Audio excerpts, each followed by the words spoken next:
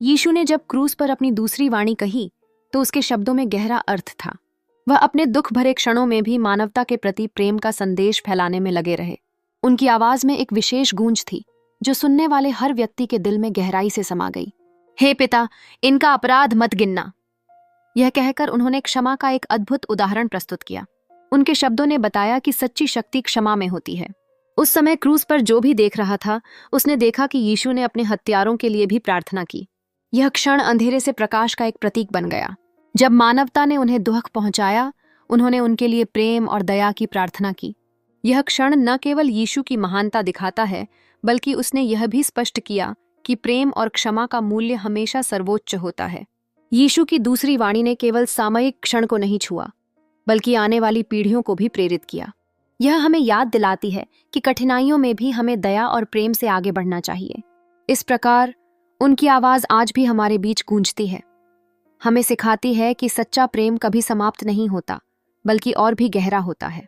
इस उद्घोषणा के पीछे एक गहरी सच्चाई है, जो हमें यह समझाने के लिए है कि चाहे कितनी भी कठिनाइयां आ जाएं, हमें हमेशा क्षमा और प्रेम का मार्ग अपनाना चाहिए। यही सच्चा उद्देश्य है जो यीशु ने अपने जीवन से प्रस्तुत किया। यीशु मसीह के मधुर और मीठे नाम में आप सभी को जय मसीह की कहता हूँ। हालेलुया। प्रभु आप सबको आशीष दे। इस वीडियो में हम जानेंगे दूसरी वाणी। यीशु ने क्रूस पर 7 वाणियां कही थी जो अमर हो चुकी है, और अलग अलग वीडियो में एक एक वीडियो के माध्यम से ये बातें आपको बताया जाएगा। पहली वाणी पोस्ट हो गई है, तो नहीं देखें तो जाए, उसका लिंक नीचे मिल जाएगा। ये दूसरी वाणी है। इसके हम गुड फ्राइडे आते आए तक गुड फ्राइडे के बारे में सारी बातें हम जानने की कोशिश करेंगे। तो इस वीडियो में हम जानेंगे यीशु की दूसरी वाणी जो क्रूस पर कही, जो हम पाते हैं लूका 23 अध्याय के उसके 43 वचन में। यीशु ने उससे कहा, मैं तुमसे सच कहता हूं, आज ही तू मेरे साथ स्वर्ग लोक में होगा। यीशु ने किससे कहा कि आज ही तू मेरे साथ स्वर्ग लोक में होगा? एक दाएं और एक बाएं 2 डाकू लटकाए गए थे। उसमें से एक डाकू कहता है, अगर तू सचमुच परमेश्वर का पुत्र है तो अपने आप को बचा और हमें भी बचा। लेकिन जो दूसरा डाकू रहता है, कहता है, चुप रह, हम तो अपने न्याय अनुसार हम फल पा रहे हैं, लेकिन वो तो बेगुनाह है, वो कुछ बेगुनाह, वो गुनाह नहीं किया है, फिर भी वो फल पा रहा है। हम तो जो पाप किए हैं, जो गुनाह किए हैं, उसका फल हम पा रहे हैं। दूसरे डाकू ने यीशु मसीह के सामने अपना पापों का अंगीकार किया कि जो गुनाह, जो पाप उसने किया है, वो यीशु मसीह के सामने वो मान रहा है कि हम न्याय अनुसार फल पा रहे हैं, ठीक ठीक उसका फल पा रहे हैं, लेकिन वो बेगुनाह है, फिर भी वो हमारे साथ लटका हुआ। दूसरा जो डाकू था, जिसने बोला कि हमें बचा और अपने आप को बचा, वो अपने पापों का अंगीकार नहीं किया, बल्कि वो यीशु मसीह के ऊपर दोष लगाया, जिस कारणवश वह नरक में जाएगा। और यीशु ने कहा, तू आज ही मेरे साथ स्वर्ग लोक में होगा। जो पापों का अंगीकार किया यीशु मसीह के सामने कि हम ठीक ठीक गुनाहों का फल पा रहे हैं, वो डाकू यीशु मसीह के साथ क्या होगा? स्वर्ग लोक में बैठाया जाएगा। हालेलुया। यीशु ने कहा, आज ही तू मेरे साथ स्वर्ग लोक में होगा। मेरे प्रियो, हम भी गुनाहों से फिरे, पापों से फिरे, और प्रभु यीशु मसीह के वचन के अनुसार हम चलें, हमारा जीवन सफल हो जाए। तो आए हम दूसरी वाणी को पूरा व्याख्या के साथ आपके सामने रखते हैं। देखिए, हालेलुया। दूसरी वाणी जिसे यीशु ने क्रूस पर कही, लूका 23 के 43 वचन। यीशु ने उससे कहा, मैं तुमसे सच कहता हूं कि आज ही तू मेरे साथ स्वर्ग लोक में होगा। यीशु ने किससे और क्यों कहा, आज ही तू मेरे साथ स्वर्ग लोक में होगा? बाइबल हमें यह बताती है कि यीशु के साथ 2 डाकू क्रूस पर लटकाए गए थे, एक यीशु के दाहिने ओर और एक बाईं ओर, जिसका वर्णन बाइबल में इस प्रकार से है। लूका 23 के 39 से 43 वचन।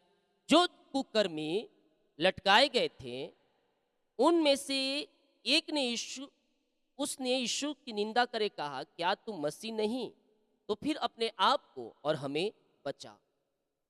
इस पर दूसरे ने उसे डांट कर कहा, क्या तू परमेश्वर से भी नहीं डरता?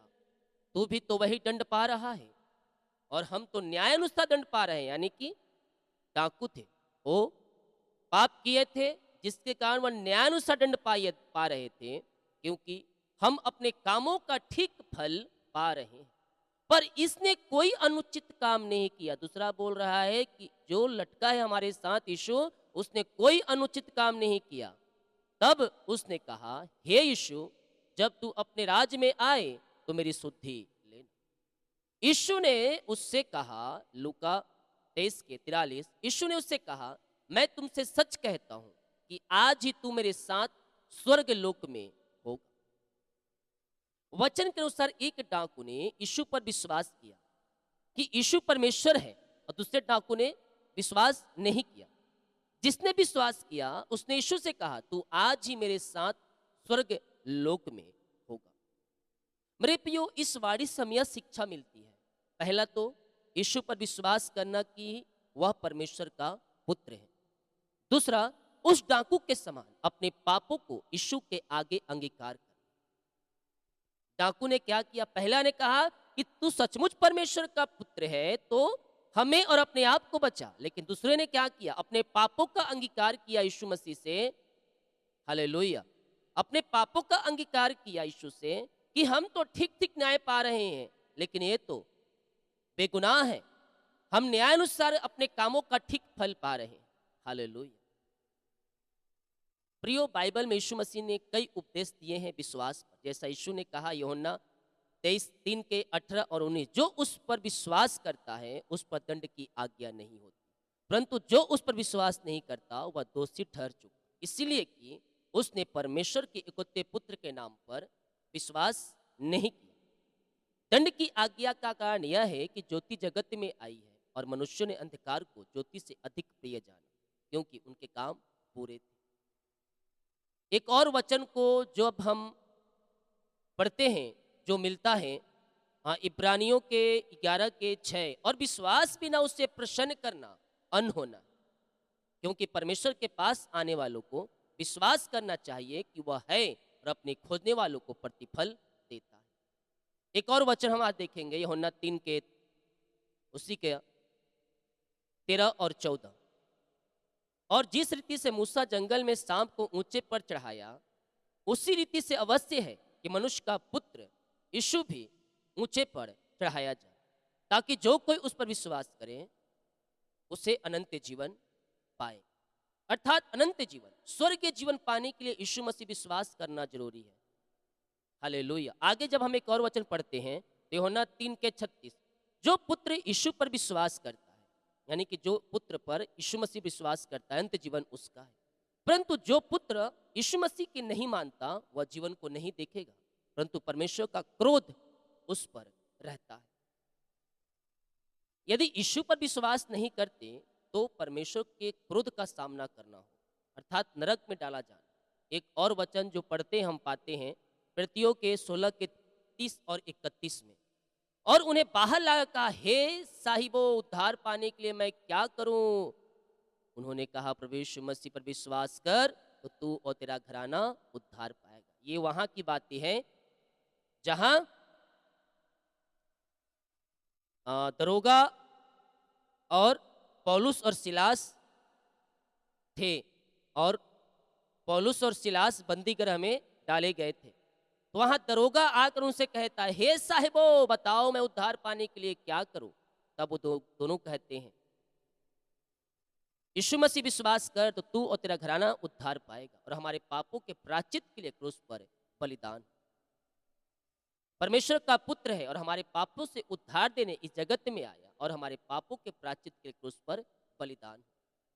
प्रियो, जैसा उस डाकू ने यीशु पर विश्वास किया, यीशु परमेश्वर का पुत्र है, और अपने आप को यीशु के आगे अंगीकार किया, तो यीशु ने उससे कहा, आज ही तू मेरे साथ स्वर्गलोक में होगा। विश्वास के लिए दो बातें जरूरी है, जैसा परमेश्वर का वचन हमसे कहता है। रोमियो 10:10, क्योंकि धार्मिकता के लिए मन से विश्वास किया जाता है और उद्धार के लिए मुंह से अंगीकार किया जाता है। एक और वचन देखेंगे, पहला यूहन्ना 1 का 9 और 10। यदि हम अपने पापों को मान लेते हैं तो वह यीशु हमारे पापों को क्षमा करेंगे और हमें सब अधर्म से शुद्ध करने में विश्वास योग्य और धर्मी है। यदि कहे कि हमने पाप नहीं किया तो उसे झूठा ठहराते हैं और उसका वचन हम में नहीं है। प्रियो, जैसा एक डाकू ने अपने पापों को यीशु के आगे अंगीकार किया, स्वर्ग राज को पाया, लेकिन दूसरा डाकू ने अपने पापों को यीशु के आगे कबूल ना कर स्वर्गीय आशीषों को उसने खो दिया। वैसे ही आज बहुत से लोग अपने पापों में बने हुए हैं, परमेश्वर की दया को ठुकरा रहे हैं। ये बहुत ही दुख की बात है। ये वाणी उन्हें फिर से परमेश्वर की दया को याद दिला रही है कि वे पापों से मन फिराए और परमेश्वर की दया को प्राप्त करें।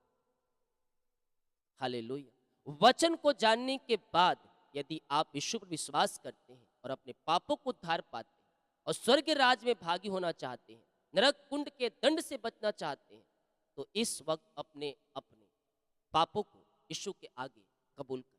मतलब अपने आप को यीशु के आगे सरेंडर कर दे।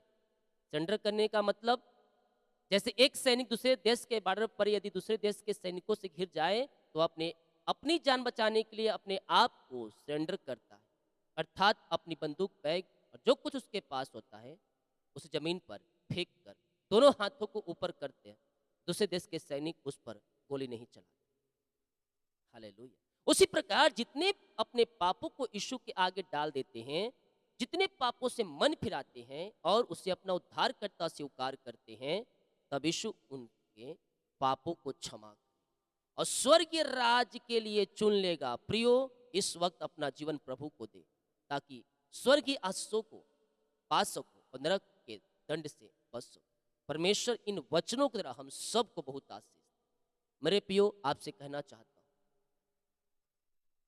अगर आप जीवन भर में जाने अनजाने में जो भी पाप गुनाह किए हैं, यीशु मसीह से मान लीजिए, वो आपको अपने लहू से धोकर शुद्ध और पवित्र करेगा और आपको अपने स्वर्ग राज्य में स्थान देगा। बोल कर नहीं कह सकते, क्योंकि बोलने से हो सकता है आपके घर में दूसरे लोग सुने और सुनने पर हो सकता है कि शैतान ने कार्य करे। तो मन में, दिल की गहराई से, संपूर्ण मन से, आत्मा में होकर प्रभु यीशु से अपने पापों की क्षमा प्राप्त करें। वो आपको अपने लहू से धोकर शुद्ध और पवित्र करेगा और आपको अपने राज का वारिस बनाएगा। हालेलुया। इस वीडियो को शेयर करें।